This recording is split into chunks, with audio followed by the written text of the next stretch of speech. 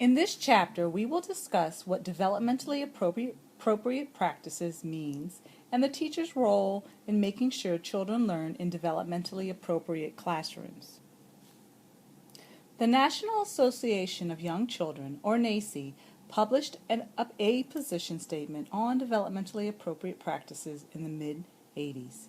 Since then, the position statement has been revised several times. Developmentally appropriate practice, or DAP, is a way of teaching that engages children's interests and adapts for their age, experience, and ability to help them meet challenging and achievable learning goals. When a teacher implements DAP, they teach to the children's ages, experiences, abilities, and interests.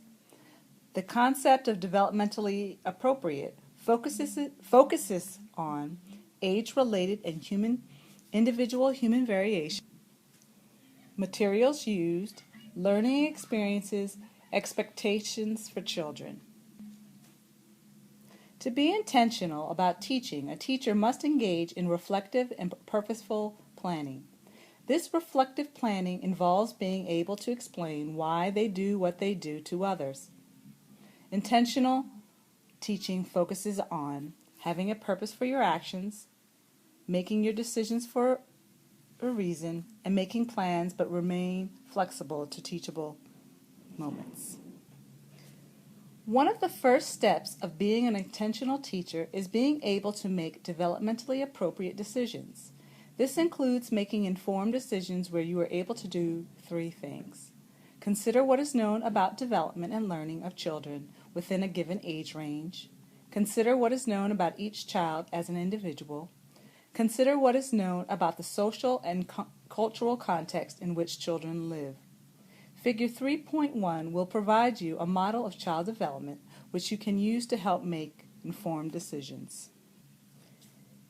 In order for a teacher to truly build a community of learners in their classroom, they must be able to perform the complex roles of being a teacher, which include being able to ensure that your teaching practice and the strategies you use enhance the learning and development of all the children in your classroom, being able to effectively plan a curriculum that supports the goals that are set for children. The curriculum is rooted in developmentally appropriate practices and considers differences in learning. Being able to effectively plan a curriculum that supports the goals that are set for children. The curriculum is rooted in developmentally appropriate practices and considers differences in learners. Being able to assess the learning and development of the children they teach through utilizing an assessment plan that includes a process of observing and documenting the work children do over time. Most importantly, teachers must build ongoing relationships with the families and the community they serve.